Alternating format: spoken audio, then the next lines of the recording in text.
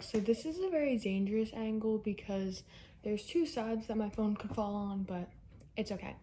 Today we are going to be doing Netflix movie slash TV show recommendations.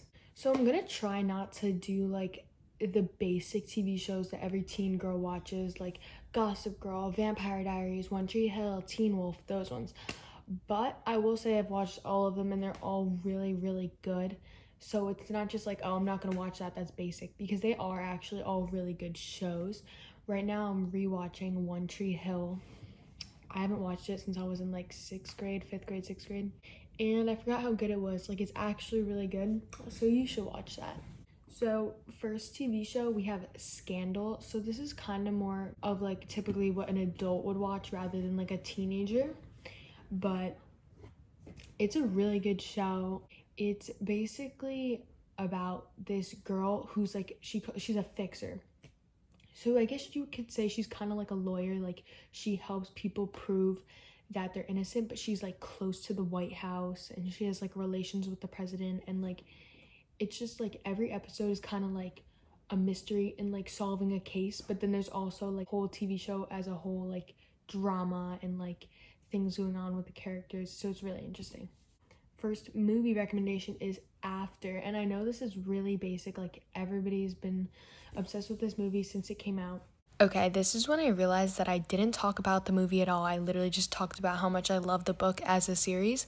So I'm just gonna tell you, After is about a girl named Tessa who goes to college and she instantly just falls for this boy named Hardin, even though he's like a bad boy and she's the good girl, and he doesn't want to open up to her, doesn't want to let her into his life, but he just falls in love with her and he instantly lets her in and they just have a whole relationship. But then there's so much drama going on and she finds out a big secret about him that like jeopardizes their relationship. And the second movie I think was supposed to come out this month, but they probably delayed it because of Corona. Okay. Second show recommendation is New Girl. It's about this girl who breaks up with her boyfriend, so she has to find a new apartment and she ends up living with like 3 other guys, I think. And she's really like cutesy and innocent, so they just kind of have to like take care of her because like they just want to like they take care of her like a little sister. But it's like it's a really funny show, and just like how the characters develop is really interesting. Next movie recommendation, we have What Happened to Monday. It is about this dystopian society where you can only have one kid. I think, yeah, you're only allowed to have one kid because of like population laws. But this guy, his wife ends up getting pregnant with like quintuplets, I think it's called, if that's 5. They also can't have the government knowing that there's 5 of them because that's illegal. So the dad names each of the daughters like Monday, Tuesday, Wednesday, Thursday, Friday. But they're like each a day of the week, and on that day of the week they get to go out and pretend to be one person. So like they have one personality that when they go out of the house they all pretend to be, so that it's just like one person. And then they end up like kind of getting caught, and like it's a whole drama. Next TV show recommendation is Chilling Adventures of Sabrina. So I originally only got interested in this because Ross Lynch is in it and he's like my celebrity crush, love him the most. But I also was kind of interested because it's like a remake of Sabrina the Teenage Witch, which my mom loved that show. I never really watched it, but I was like, okay, then it must be good. And there's 3 seasons. I think they're coming out with a 4th. It's just a really good show about like this girl Sabrina who has to decide like if she wants to be part of her human world or her witch world, because she's like half human, half witch. And there's just a lot of drama that has to do with like witches and hell, but then also like high school drama and her friends, and it's really good. And obviously I love it because Ross Lynch is adorable and he's in it.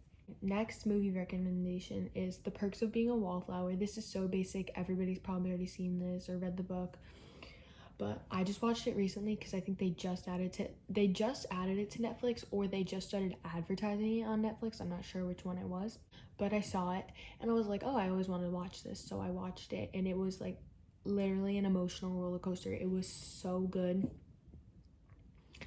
because it just follows a story of like a boy who's like traumatized, and like you don't really know exactly everything about his past, but you know he's messed up, and you know there's something wrong with him, and that he's like sad, and he just makes these like amazing friends, but they're all seniors, so then they have to graduate and he's a freshman, so then I don't know. It's really just, if you want to cry sad tears and happy tears, that is the movie for you. Next, the last show I have is The Society. So I watched this in the summer because I got bored. I was just like, why not? This show is so interesting that I have been waiting so long for the next season, and it got renewed, so there is going to be a second season, but they haven't confirmed the date that it's going to come out yet, and I'm literally every day I'm checking for it. The show is about these teenagers that I think they're going on like a school trip or something, so like the whole senior class is on a bus or multiple buses going on a trip, but then all of a sudden they're like, oh, like there's something wrong with the weather, we have to go back. So they turn back, and it's like the middle of the night when they finally get back to their hometown, and everything's just like abandoned. Like all the buildings are still there and like full of stuff, but all their parents, all their younger siblings, like anybody not in that age range is just gone, disappeared from that like town. At first they think it's a prank. They're like, what is this, like what's happening? So while everybody's gone, at first it's kind of like funny, but then a few days pass by and they realize that like this is serious, and that if they want to survive, they have to find like a new way of living and create a new society. So that's what they do, and there's a lot of drama in that because obviously like leadership comes into account, and like friendships and love, and just it's really intense. And they just also like, while all this drama is happening, they have to figure out where everybody went, or where they went, or where they are, or what is just happening at all. And the last recommendation is the whole Austin Powers trilogy. I don't know if there's 3 or 4, but I think it's a trilogy.